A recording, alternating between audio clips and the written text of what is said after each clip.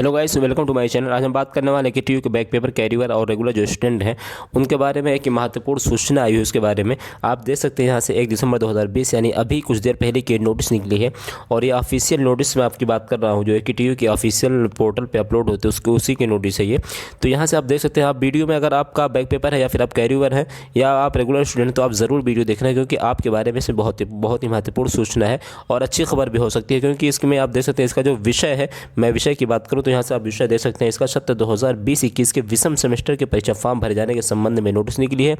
और उसके बाद जब यहाँ से आप नीचे आएंगे तो यहाँ से आपको देख सकते हैं यहाँ पे क्या है, यहाँ पे संबंध में अवगत कराना है कि उपरोक्त विषय में अवगत कराना है कि विश्वविद्यालय के ऐसे समस्त विश्वविद्यालय संबंध समस्त संस्थानों के अध्ययन छात्राओं जो कि शैक्षिक सत्र 2020-21 के विषम सेमेस्टर स्नातक एवं परास्नातक के रेगुलर तथा कैरियर की जो परीक्षाओं की फॉर्म थे पहले 30 नवंबर 2020 तक भरे जाने की नोटिस यानी दी गई थी, यानी पहले 30 नवंबर तक सूचना दी गई थी। और उसके बाद छात्रों को अवगत कराना है कि परीक्षा फॉर्म भरने की तिथि 10 दिसंबर 2020 तक बढ़ा दी गई है।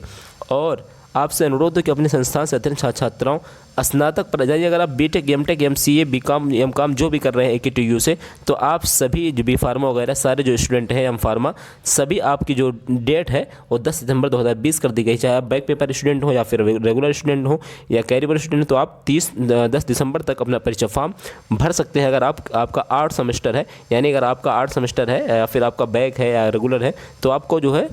नोटिस बढ़ा दी गई है उसकी डेट जो एग्ज़ाम फॉर्म थी। उसके अलावा आपको बता दूँ, आपको मैं इसके पहले भी वीडियो में बताया था कि अगर आपका इवन सेमेस्टर में बैक है, यानी बहुत सारे स्टूडेंट पूछ रहे थे कि इवन सेमेस्टर वालों का क्या होगा अगर उनमें बैक है जिन्होंने एग्ज़ाम फॉर्म नहीं भर पाया, तो उनके लिए भी एक नोटिस आई थी, मैंने वीडियोस में बताया था। उनका जो डेट थी पहले 2 दिसंबर 2020 थी, यानी अगर आपने परीक्षा फॉर्म फिल किया था और आपने पेमेंट नहीं कर पाई थी किसी कारणवश, या आपका फेल हो गया था या फिर आपका ट्रांजेक्शन जो है सक्सेसफुल नहीं हो पाया था किसी कारणवश, आपने पेमेंट नहीं कर पाई थी, तो आपका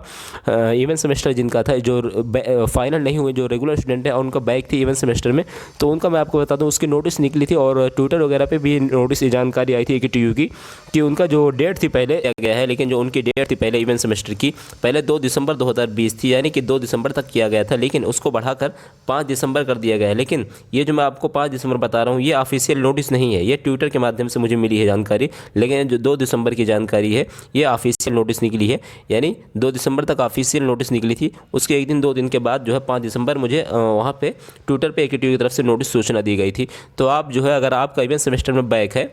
तो आप ज़रूर फॉर्म फिल कर दें, और क्योंकि आज 1 दिसंबर है, कल तक का ऑफिशियल नोटिस 2 दिसंबर में टाइम है, तो आप 2 दिसंबर तक ज़रूर कर दें। वैसे सूचना जो दी गई तो 5 दिसंबर तक रहेगी, लेकिन मेरा सजेशन है कि आप जल्द से जल्द फिल कर दें, क्योंकि अभी 1 दिन का समय है, 1 दिन का टाइम है। उसके अलावा अगर आपका ट्रांजेक्शन फेल हो गया है तो आपको बता दूँ बहुत सारे स्टूडेंट ट्रांजेक्शन फेल हो गया है या फिर उनका पेमेंट सक्सेसफुल नहीं, या 2 बार उनका पेमेंट हो गया, तो उनको यार देखो जहाँ से आप फॉर्म फिल करते हो, जहाँ आपको गो वाला ऑप्शन दिखता है उसी के नीचे जब आप जाएंगे, मैं वीडियोस बनाया था लेकिन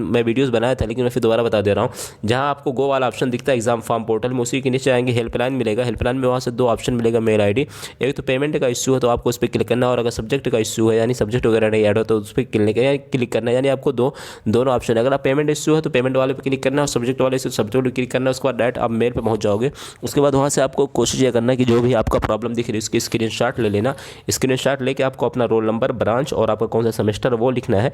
सारी चीज़ें मेंशन करने के बाद वहाँ से आपको एकेटीयू को मेल कर देना है। और उसके बाद भी अगर आपको कोई रिस्पांस नहीं हुआ है तो मैं आपको बता दूं उसका एक दूसरी मेल आईडी है एकेटीयू कॉल सेंटर, जो कि मैं कई बार बता चुका हूं लेकिन दोबारा बता दे रहा हूं, aktu@atu.ac.in। आपको इस पे aktu.ac.in आप इस पर मेल कर दीजिए, और कोशिश ये करिए आपको इस पर जो आपका स्क्रीनशॉट आ रही है उसको अटैच कर देना, और जो प्रॉब्लम है उसको मेंशन कर देना। उसके अलावा अगर इस पे भी आप कर चुके हैं, सॉल्यूशन मिला है, तो आप कोशिश ये करो ट्विटर एकेटीयू के ट्विटर हैंडल पे जाओ, वहाँ पे एकेटीयू लखनऊ की तरफ से आपको ट्विटर मिल जाएगा। ट्विटर पे वहाँ पे जाना है आपको, वहाँ पे अपनी ट्वीट कर देना, क्योंकि वहाँ पे जल्दी रिस्पांस आ जाता है।